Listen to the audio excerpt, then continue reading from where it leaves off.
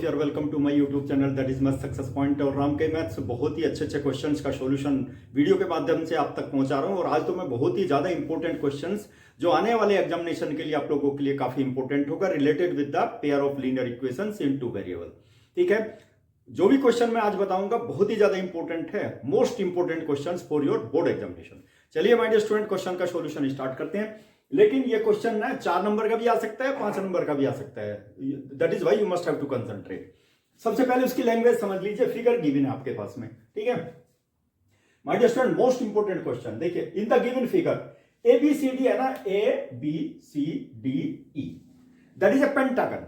ये कई बार एग्जाम में आ चुका, सीबीएसई 20 में भी आया, सीबीएसई एग्जामिनेशन 20 में आया हुआ है ये क्वेश्चन। तो देखिए माय डियर स्टूडेंट, ये पेंटागन है हमारे पास में, और इसमें क्या है ना, देखो बीई ये साइड इसके पैरेलल है।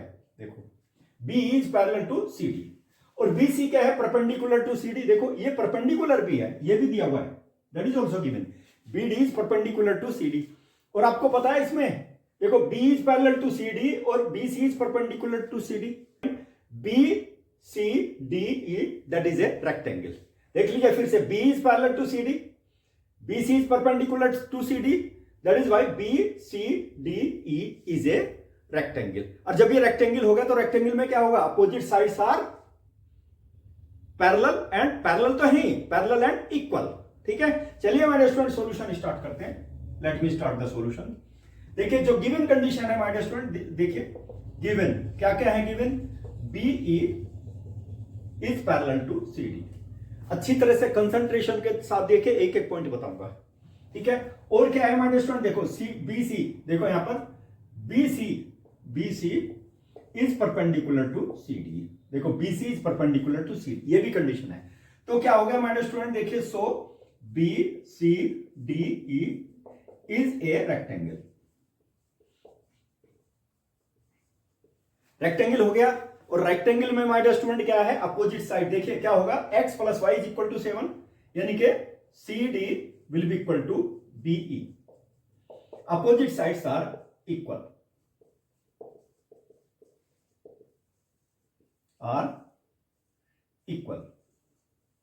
बस इसी के ऊपर ध्यान देना है, इन द रेक्टेंगल।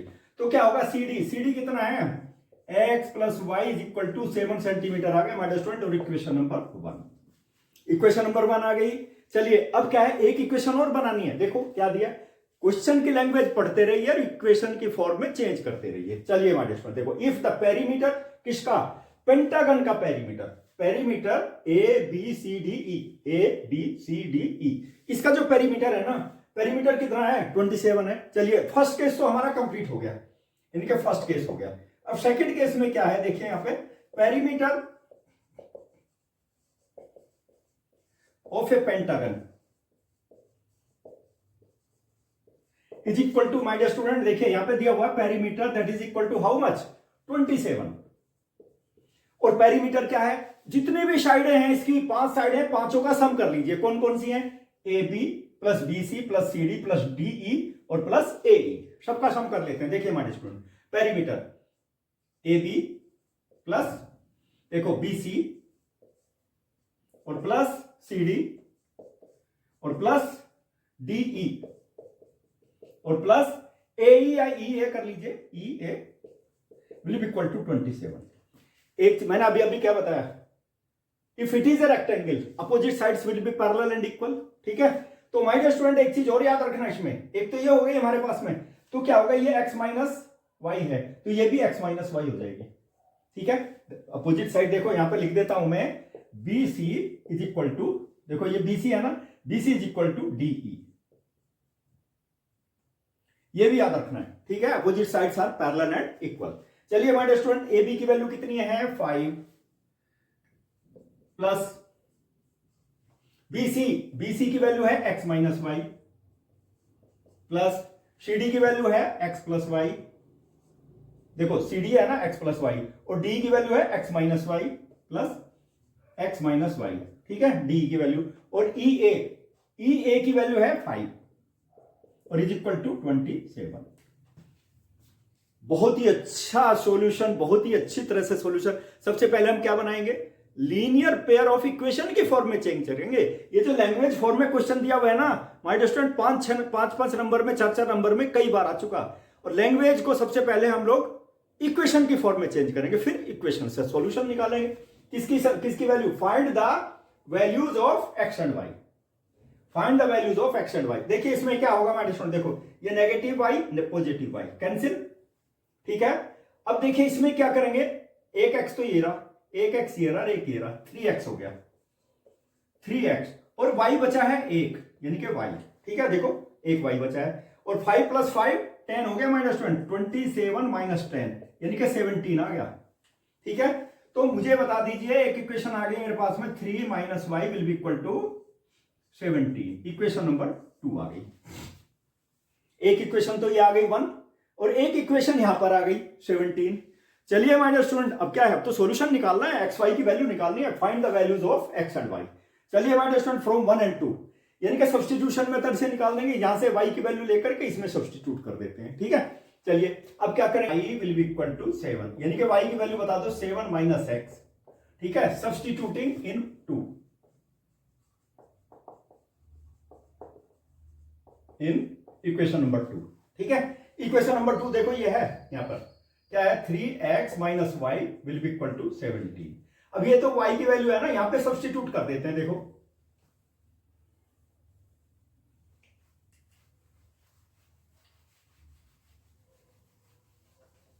ठीक है मेरे स्टूडेंट, ये जो y की वैल्यू है ना, यहां पर सब्स्टिट्यूट कर देते हैं। तो 3x - y की वैल्यू देखो यहां पर 7 - x, और will be equal to how much my student 17, ठीक है।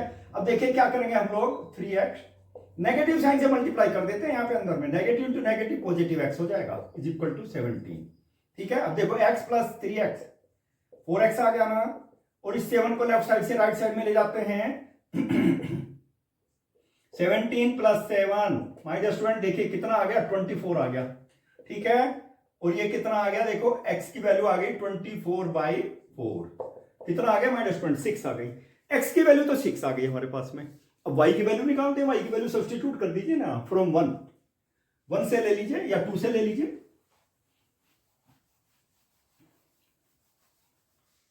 देखिए माय स्टूडेंट x की वैल्यू आ गई फ्रॉम 1, सब्स्टिट्यूट यहीं लिख देता हूं, सब्स्टिट्यूटिंग इन 1 इक्वेशन नंबर 1। इसमें क्या है ना, अब चाहे सब्स्टिट्यूशन मेथड से निकाल दीजिए या फिर एलिमिनेशन मेथड से निकाल दीजिए, कोई प्रॉब्लम नहीं। यहाँ को पर्टिकुलरली दिया नहीं है कि आपको यही मेथड यूज करना है, ठीक है ना। वो आपके ऊपर डिपेंड करता है कि आप किस मेथड से निकाल रहे। देखो इसमें क्या है, 1 की वैल्यू क्या है, x + y = 7, ठीक है।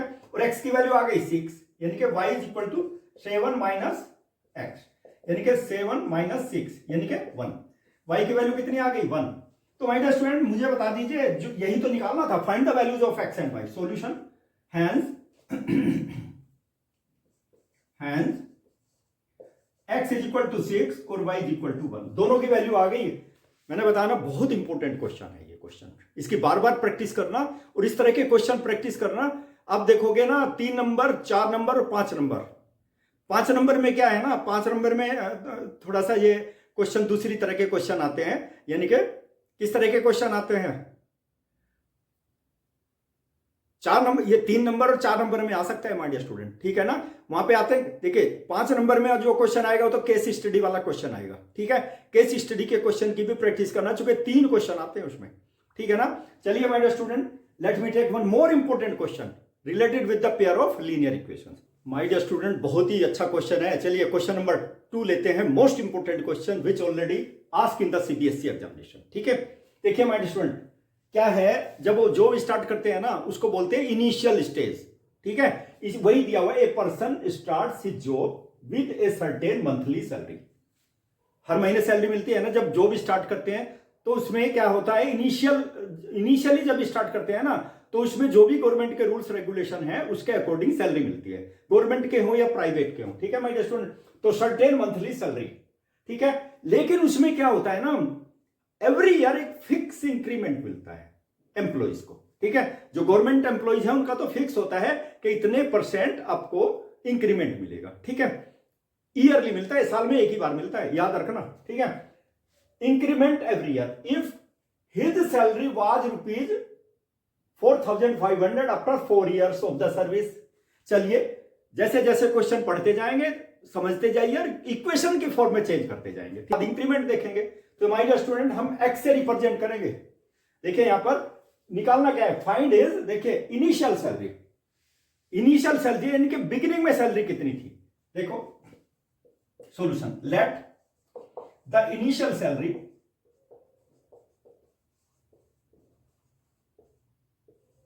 Of a person,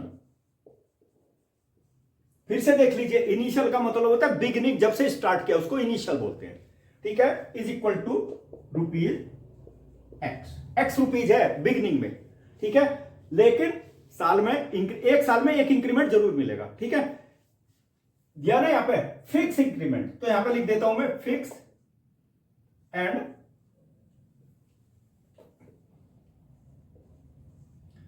fix increment. Fix increment को हम किससे रिप्रेजेंट कर देते हैं, वाई से रिप्रेजेंट कर देते हैं, जो फिक्स इंक्रीमेंट है, ठीक है my dear student. By the question,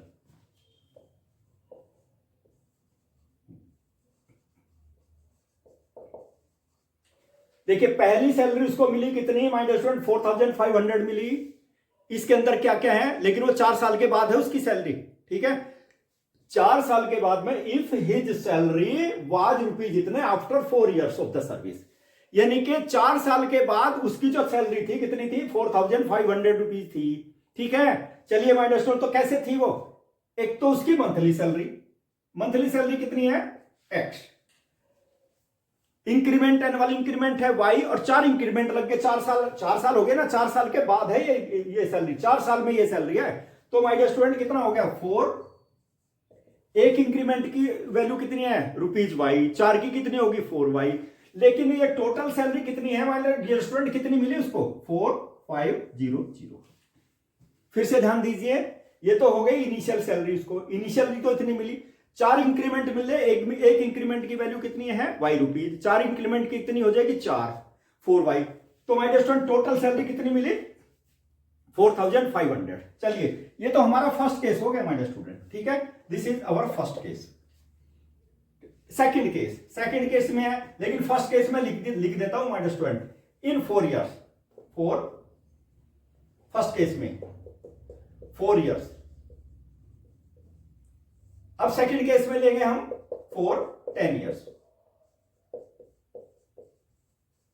अब 10 years के केस में देखो, 10 years के केस में क्या क्या कंडीशन है माय डियर स्टूडेंट, सैलरी तो इनिशियल सैलरी तो उतनी होगी ना एक्स, ठीक है, प्लस, लेकिन वहां पर क्या after 4 years of the service कितना पैसा मिला, देखो my dear student, if his salary was rupees इतनी after 4 years of his service, ठीक है, रुपीज 5,400 आफ्टर 10 years, ठीक है, तो एक इंक्रीमेंट की वैल्यू y और 10 इंक्रीमेंट की वैल्यू कितनी हो गई 10y, ठीक है, कितने दिन के बाद में 10 years के बाद में, ठीक है, of the service. Find his initial salary and annual increment, यानी कि x और y की वैल्यू हमको निकालनी है। चलिए माय स्टूडेंट, अब बता दीजिए सैलरी कितनी है रुपीज 5,400, और इक्वेशन नंबर 2 आ गई मेरे पास में। फिर से समझ लीजिए सेकंड केस में इन 10 years में, 10 years में के केस में ये तो इनिशियल सैलरी 10 इंक्रीमेंट हो जाएंगे 10 साल में, एक इंक्रीमेंट की वैल्यू y, 10 की कितनी हो जाएगी 10y, तो टोटल इतनी सैलरी मिली, यानी कि इतनी सैलरी मिल गई, ठीक है, समझ में आ गई ना इक्वेशन। हमें तो एक्स वाई की वैल्यू निकालनी है। चलिए फ्रॉम 1 and 2 सब्स्टिट्यूशन मेथड, देखिए फ्रॉम 1 से मैं क्या लूंगा, x की वैल्यू ले लेता हूं, x plus 4y will be equal to 4,500, ठीक है, और माय डियर स्टूडेंट x की वैल्यू कितनी आ गई 4,500 माइनस 4y, और इसको किस में सब्स्टिट्यूट कर देता हूं, सब्स्टिट्यूटिंग इन 2,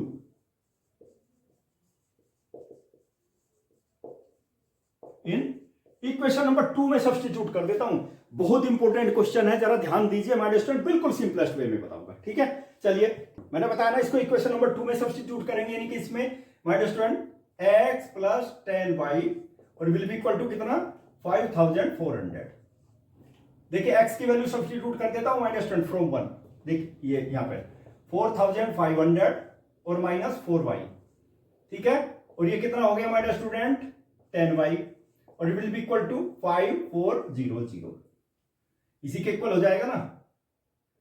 ध्यान दीजिए माय डियर स्टूडेंट, x के स्थान पे देखो मैंने ये वैल्यू रख दी, किसमें, इक्वेशन नंबर 2 में। x की वैल्यू कहां से ली, फ्रॉम 1, ठीक है। चलिए माय डियर स्टूडेंट इसको सिंप्लीफाई कर लेते हैं, कितना हो जाएगा देखो यहाँ पे 10y है, ये -4y है, तो कितने y बच गया, 6y बच गया, इज इक्वल टू 5400 और माइनस 4500। लेफ्ट साइड से राइट साइड में ले जाते हैं, साइन नेगेटिव हो जाएगा ना, और माय डियर स्टूडेंट कितना बच गया, देखिए 5400 और माय डियर स्टूडेंट 4500, यानी कि 900 बच गया। 900 को किससे डिवाइड करेंगे, 6 से, और माय डियर स्टूडेंट इसकी वैल्यू कितनी आ गई, 90 को डिवाइड कर दीजिए, यानी कि 150 रुपीज। 900 को 6 से डिवाइड कर दीजिए, दैट विल बी 150 रुपीज, ठीक है। ये क्या चीज आ गई my dear student, fix increment, fix यानी कि एनुअल इंक्रीमेंट, एनुअली भी बोल सकते हैं इसको, एनुअल, ठीक है। एनुअल इंक्रीमेंट तो ₹150 आ गया हमारे पास में। अब हमें क्या निकालना है, इनिशियल सैलरी भी तो निकालनी है, यानी कि एक्स की वैल्यू, एक्स की वैल्यू, वाई की वैल्यू किस में सब्स्टिट्यूट कर दूं, 1 में सब्स्टिट्यूट कर देता हूं, सब्स्टिट्यूटिंग इन 1, ठीक है। एक्स वाई की वैल्यू निकालनी, वाई की वैल्यू आ गई, 1 में सब्स्टिट्यूट कर रहा हूं, देखिए माय डियर स्टूडेंट, ठीक है, यानी कि x + 4y और will be equal to how much, 4500, ठीक है जी। y की वैल्यू सब्स्टिट्यूट कर लीजिए, यानी कि x + 4 × 15 is equal to 4500, x will be equal to, चलिए इसको सिंप्लीफाई कर लेते हैं। सबसे पहले x प्लस, देखिए इसको मल्टीप्लाई कर लेते हैं माय डियर स्टूडेंट, देखिए 600 आ गया, 15 4 जा 60, ठीक है, और माय डियर स्टूडेंट ऑलरेडी 10 है, तो कितना आ गया 4500। माय डियर स्टूडेंट बता दीजिए x की वैल्यू कितनी आ गई, 4500 और माइनस 600 और will be equal to 3900।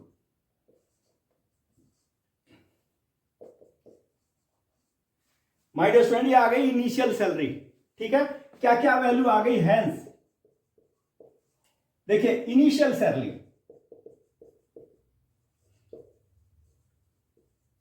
Initial salary कितनी आ गई, ₹3900, 3900, ठीक है। एनुअल इंक्रीमेंट कितना आ गया,